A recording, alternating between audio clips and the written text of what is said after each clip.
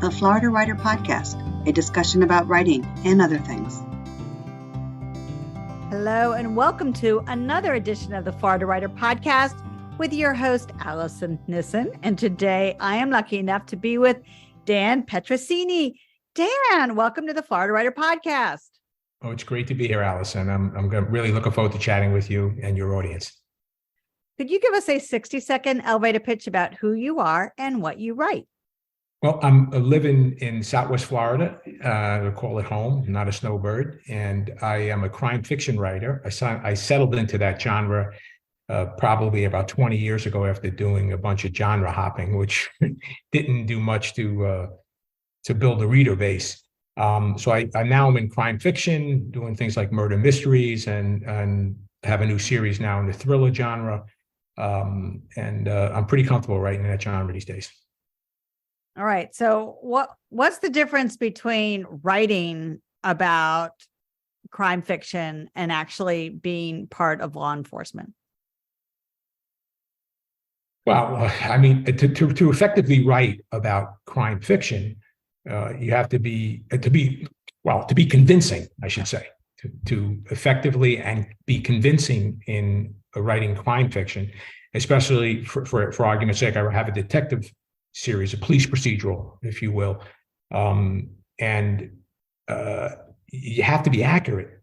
You have to know what the methodology is or used by an investigator, i.e., a homicide detective.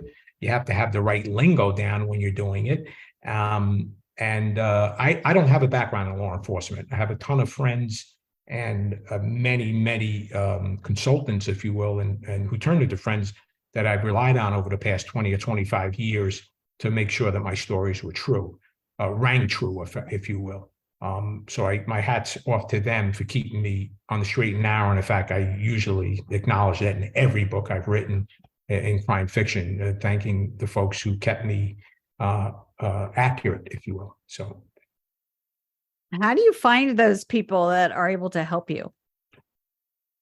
Well, I had a few friends, as I mentioned, had friends before I began writing crime fiction that were police officers. And I relied on them, and I would talk to them, and I was always interested in their stories, and I loved hanging out with them and their friends who were also, they tend to congregate together, that community of law enforcement. I was always being a very observant person. I was always listening and probing in questions to get at what I wanted out of them. And then I would just pick the phone up and call them. And it may sound a little frightening, and it may sound that here I live in Collier County, Southwest Florida, and I've called the sheriff's department numerous times and spoke to them and asked questions, and they're really forthcoming. I've had drinks with many of these folks and just say, hey, let's get together. And they're interested in what I'm doing as well. And also the way I write, I don't write, the police, law enforcement has come under, or should I say, has been much maligned over the past, let's say, decade or so.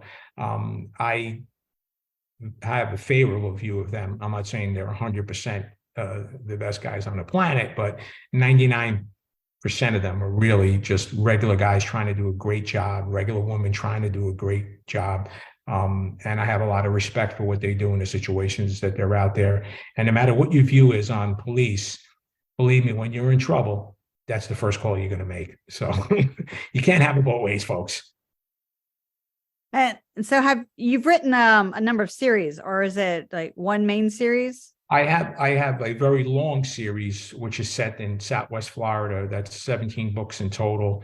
I have a smaller series that's not set in Florida, but, I have a bunch of standalones, and I'm embarking on a new series, which the first book is in the editor's hands right now. And I'm doing my outline on the second book in that series. Who's doing it today, actually. So when you're writing a series, I mean, what's the easiest thing about writing a series? Well, first I should preface it by saying that I was told to write a series, right? Because I genre hopped around, which is, kind of typical, if you will. And I wasn't developing a solid readership, and the newsletters I was sending out, I could send a newsletter out. And last book I wrote was a science fiction book. The book before that is, let's say, a political thriller, and there was no connection there. And I didn't see the benefit of writing a series initially because I'm not a series reader. I don't really read like that. I hop around as a reader. I read just about anything. So once I wrote a particular book called "Am I the Killer?" and in that book I needed a detective, and I enjoyed writing about it. In fact, he hijacked the book, and I said to myself that if this book hits, if this book sells, then I'm going to probably build a series around that character, and it did. It wasn't easy the first couple of books because kind of developed the character, if you will, and trying to come up with a bunch of storylines really got complicated after a while, especially with technology, and you can't get away with a lot of things. So in fact, at book 5, I think it was, I set it back about 25 years just so I needed a break to write a murder mystery that way. But certainly I began to really know the character inside out. So that became easier. And it is definitely easier to write a book with the main protag in your pocket, so I still want to go back and write another book probably or two with him in it. I've already kind of left the door open in a different direction, more in a financial crimes direction. So it's really comfortable. I know that character, almost as well as I know myself because I created him, and some of the sub characters as well that revolve around him, his quote unquote sidekicks. And his family. So that part is easy. But coming up with fresh story ideas in a murder mystery it becomes challenging, especially in the environment that we're in, where readers expect big twists. So now you really, and not just one usually in a book, you have to have 2 books, you have to have these twists in there and these fresh takes. So it does, it's difficult. Whether or not you're in a series, I shouldn't say that has anything to do with a series, but it's challenging. Writing is challenging, no question. How do you come up with twists? I mean, is it something that's like all of a sudden you went, oh my God, that'd be amazing? Or is it more methodical, like you have a pattern of how you develop twists? Well, that's probably all of the above, but I kind of when I run into a situation or a plot wall, or I know I have to do something here to spice it up, to keep it up, or to amp up the level, right? To bring it to the next level, I usually let it sit for a little bit and I try to think about this. And I, not on a super active basis, but more like bring it into my thoughts, think about it and let it float there a little bit and see what happens. And then sometimes just by developing, unless this last book I wrote, I think I came up with a couple of things that I was surprised I was able to, and they weren't planned. I had the ending planned and knew it was going to happen. And then as a story, I had the main plot and then a secondary plot that was very strong, and then a couple of smaller ones. But as the secondary plot developed, because I'm more of a discovery writer, I said, wow, I can put this and this together and kind of tie the 2 of them in a grand finale. And I've seen many other writers do that, right? Which maybe I've done it once before. So I was pretty happy about that. So no, I don't think there's any magic. I mean, I've listened to a lot of other folks who say, what's the worst thing that can happen? That type of thing. What's the opposite that can happen? So, of course, and some of them, I don't know if it is a cliche or not, but, they find the body and think it's Mary. And then that's it, that's the person we're looking for. She's dead. And then DNA comes back. It's not Mary, it's Joanne. Well, who the heck is Joanne? And now you can use that in a lot of different ways. Even though that original miscall might be considered cliche, you can have the person or the body or whatever it is, this make-believe person who's dead. You can use that now as a jumping off place to really kind of spice up or amp up your manuscript. So you said you like to read a variety of genres. Do you read a lot of the mystery genre? I would say I do. I mean, I was always I was as a kid, I was a huge fan, of course, of Agatha Christie, and I used to love the Hitchcock movies and the suspense angle and all of that, all of that thing. So I do. I guess I just finished. There was a Frida Mc, whatever her name is, McFadden. She's a you know she's a great writer, and she's been very successful. And I just finished the one, Don't Lie to Me, I think it was. Just today, actually. So I do like to read it, but it's a weird thing too when you're writing a book, especially when you're middle of a book or a project. Right now, as I said, I'm at the really early stages at another book, and then you read somebody in your genre. It could be a little dangerous in terms of picking up their voice and all that. So that's you got to really consciously stay away, because we do want to steal or borrow from others. In fact, we're doing it all the time, but you don't want to do that. You don't want to do it directly, I don't think, and you don't want it to happen by natural osmosis, and what you tell yourself is natural osmosis. But yeah, it's fun. It's fun seeing what other writers are able to do. And sometimes you go, wow, how the heck did they do that? And does anybody say that when they read my book? So hats off to a lot of very talented folks in our space. Do you have a habit of always asking what happened? What you find out, you read an article in the paper, for example, and you want to know the rest of the story.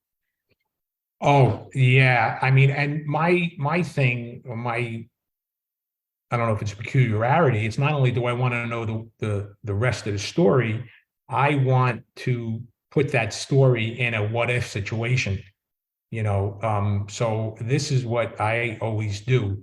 And it's kind of almost like obsessive. It's weird, some of the things that I do in all kinds of situations. I'll just say, what happens if I don't know, I'll be taking a walk and I see my neighbor come out and I say, what happens if her husband left her tonight or something?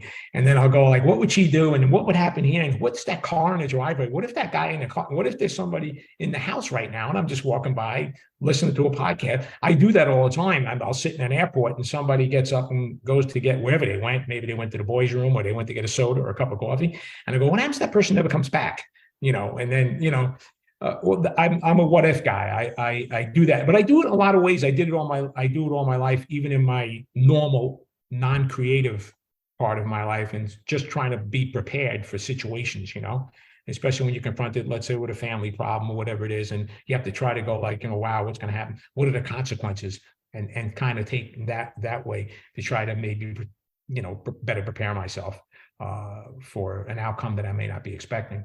But it's really a fun tool to use in writing. It really is a fun tool to use. So how did you get started writing novels? Well, I as I like to say, I wrote my first story when I was about 10 years old for my mom. And I was an avid reader growing up, and I loved being transported, whether it was baseball. I used to read about baseball, just everything that was ever printed about baseball, and stories about young guys and young teenagers with their cars, and, that whole Hardy Brothers thing, and reading all of that stuff. And I loved being able to transport it. And I loved reading a great story and saying, wow, man, I wish I could do that. How can I do that? Could you imagine if I wrote something like that? Or even a joke, I'd listen to a comedian on TV and they would tell a joke and you go like, wow, what a cool thing is that to create this, because that had to be created, right? I mean, we don't give comedians enough credit, I don't believe, for their material and the amount of work that goes into it, to doing it. Of course, they get immediate feedback. For us, it takes quite a long time to get the feedback. So I like that. I guess I'd like that. And even more kind of more driving and a little bit egotistical, I guess, was to watch a TV show or a mystery show, and then you go, Jesus, half hour in, you go like, I know what's going to happen. I know who the killer is. I know this and that, and I could do a better job and all that jazz. And then try to learn how to do that. I mean, obviously, it's a lot harder when you're not doing it. So that drove me to try a bunch of little projects. And as you're probably aware, whether you wrote the worst book in the world, if you wrote a book, man, props to you, right? I mean, you are, because finishing a book is a massive task. So if you're able, and I don't care if it's a good book or not, just the fact that you did it, to me, my hat's off to you. I mean, you really made a major league accomplishment. So now the thing is, after you've been able to do that, finish it, because like most other folks, I started a lot of books, and you have this great idea, you start, this is the best idea on the planet, and then you start to write it, you get to the middle, you go like, oh, this is the worst idea in the world, and how am I going to fix this mess? And then you end up sticking it in the bottom drawer. So this is a very common thing. So at one point I said, I have to finish it. I'm pretty persistent in the rest of my life, and why aren't I able to overcome this challenge of getting past this thing? And I was able to do it, and then but it took a long time, maybe 2 years or so. And then I think as you go along, you start to get a little bit of confidence that you can, at least you've been through this already, so you can you can get it over the finish line. You have to be persistent. What I'll say was really and contrary to that is this, what we call the imposter syndrome, right? Which I think hits everybody. So this is very interesting, because I just finished this book, sent it to the editor, and I actually, felt like I did a really good job, and I knew I had the whole plot, and I'm sitting down now to plot out the next 2 books. But my plots are not really, to outline my next book, but they're really, really brief. And I started thinking about the main plot plus the 4 or 5 other subplots that I had going on, and how I tied it up and all that other jazz.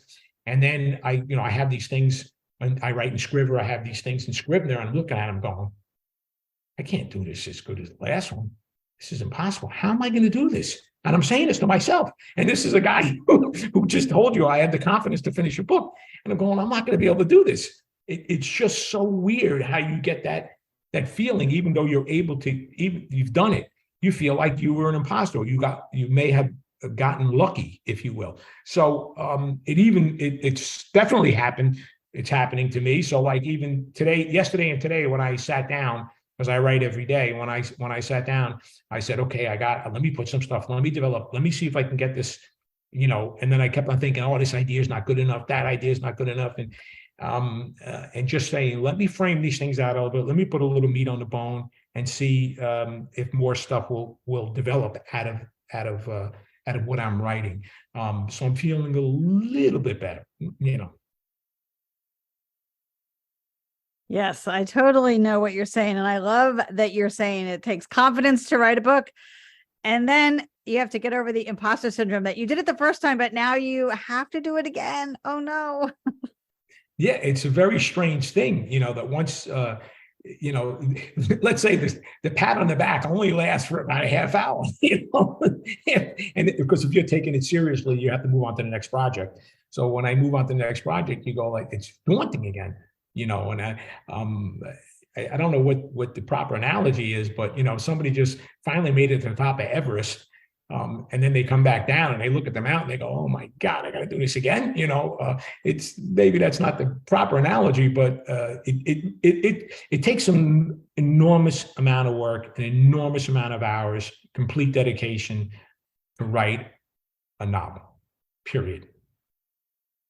Do you have an editing process? So you start with the brief outline, you start adding meat to the bones, and then once it's completed, do you have an editing system, or do you edit as you go along?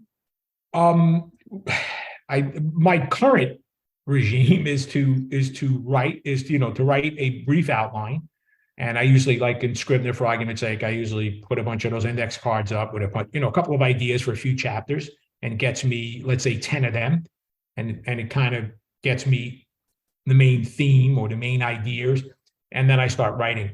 And since I'm a discovery writer, after about, let's say, 15,000, 20,000 words, or maybe 10,000, depending upon the story, I go back to the beginning and I read, especially if I'm writing faster, I can go to about 20 or 25,000. If it's a slow, kind of a forcing the words out, because I really don't have the story in my head, then it's around 10 or 15,000. I go back to the beginning and I read, but as I read, I definitely edit.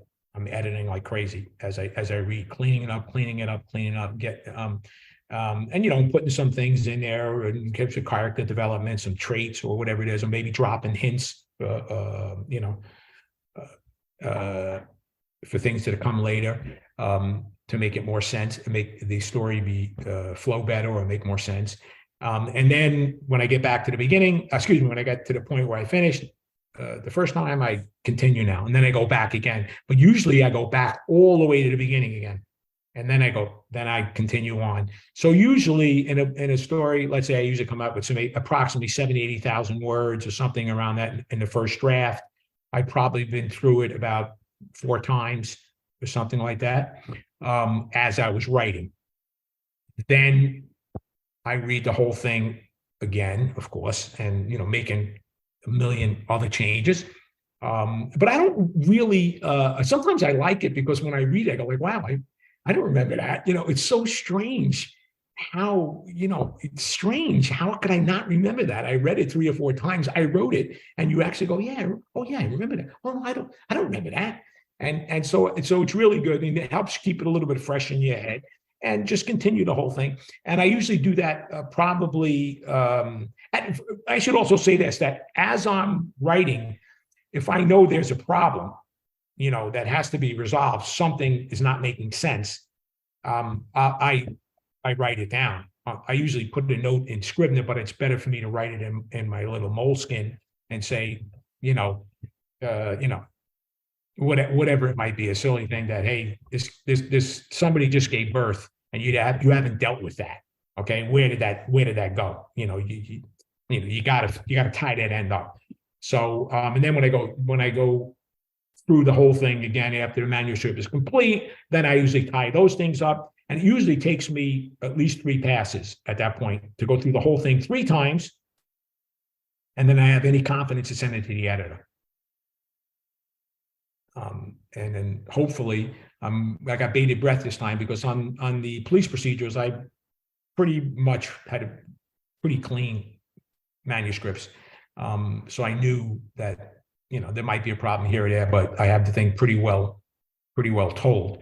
No major problems, no major holes that I'm aware of, and kind of maybe have taken full opportunity of anything that needed to be developed. With this new series, I'm kind of sitting on the edge of my seat trying to figure out, did I really, did I do it or not, or I'm going to get my butt kicked, yeah. So that's how I do it. Well, it's very exciting when you have a new project. So you have a new character, new set of circumstances, and you sit there waiting like, oh, are they going to like it? You're tapping your fingertips like, uh-oh, what's going on? Yeah, no, it definitely is. I think it's important to the readers, I have a pretty loyal readership on my Luca mystery series. It's very popular down in Southwest, very popular, which I'm exceedingly grateful for. But you also need to challenge yourself at times and try something new. Otherwise you get stale, and it's definitely challenging, and it's easier to write a character rather than to create a character. It sounds easy. Oh, I'll make the guy do anything. Well, the story is going to, kind of put the guardrails up, and you have to make that individual likable, so on and so forth, realistic, because that's my whole thing. I'm not a fantasy reader. I wrote one sci-fi book, but it was more of a hard science fiction book. And I want anything I read or watch has to be realistic. If it's not realistic, I can maybe enjoy it a little bit, but I end up being disappointed if 20 guys have a shooting scene in the street for 25 minutes, and it's just not realistic for me anyway. So, well, Dan Petrosini, how can people find out more about you and your books? Well, my website's a good place to start. So it's danpetrosini.com, DanPetrosini.com. I'm on Facebook, Twitter. Of course, Amazon's a great place to stay in touch with me or to see my books. I'm in a bunch of libraries, et cetera, et cetera. But if you start at my website, I think that'll be a good place to get a little bit familiar with me and the books that I've written. Fantastic. Are you ready to switch to our rapid fire questions? I hope so. Let me put my flak jacket on. Do you have any collections? No, well, the only thing I kind of collect, but it's a very small collection, is saxophones. I play saxophone, so I have several saxophones. Oh, how interesting! Which I find is it's a whole creative thing, especially jazz. That's what I play, jazz, and I find that many times I could write for a couple hours and then I'm just burnt out. And then I'll come in and play my horn for an hour or something like that, and I feel like it's a brand new day, and I can get back, and it kind of feeds my creativity or gives it a boost somehow. I don't know. Maybe it's musical caffeine. What do you like to do on a rainy day? Write and play saxophone. That's pretty boring, but that's it, man. I mean, I do. Of course, I read. I read. I definitely read. I don't watch TV during the day. Never have. I don't recommend it. But I do. Again, I spend several hours every day writing, and then probably 2 hours playing saxophone. So my days are pretty full doing those. Do you have a favorite water activity? It's been years, but I like this water ski. Actually, I shouldn't say that. What I've been doing now is I have two daughters, and my one daughter is really avid in water sports.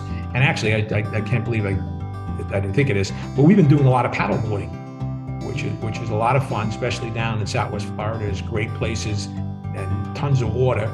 And it's a little bit of work as well, folks. Kind of like writing a novel, but it's great. It's great exercise. You're in an unbelievable environment. Sometimes you see some dolphins and manatees and all kinds of beautiful. And you're in serene areas, and it's a great thing to do with your daughter. I mean, it's fantastic. Well, Dan Petrosini, thank you so much for stopping by. Alison, it was a pleasure speaking with you. I appreciate the opportunity to talk to you and to your audience. Thank you very much. You have been listening to another edition of the Florida Writer Podcast with your host, Alison Nissen. Alison out. Woo! We're all done. That's it.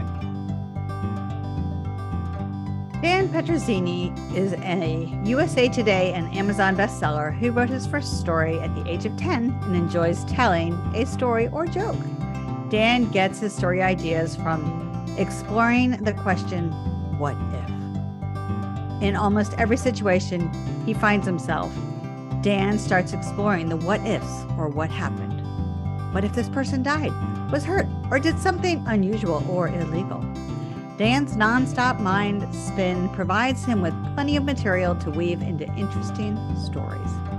A fan of books and films that have twists and are difficult to predict, Dan crafts his stories to prevent the reader from guessing correctly. He writes each and every day, forcing words out when necessary, and has written over 20 novels to date. It's not a matter of wanting to write.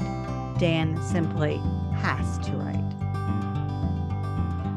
For more information about Dan, visit danpetrosini.com. For more information about the Florida Writers Association, visit us at floridawriters.org. Until next time.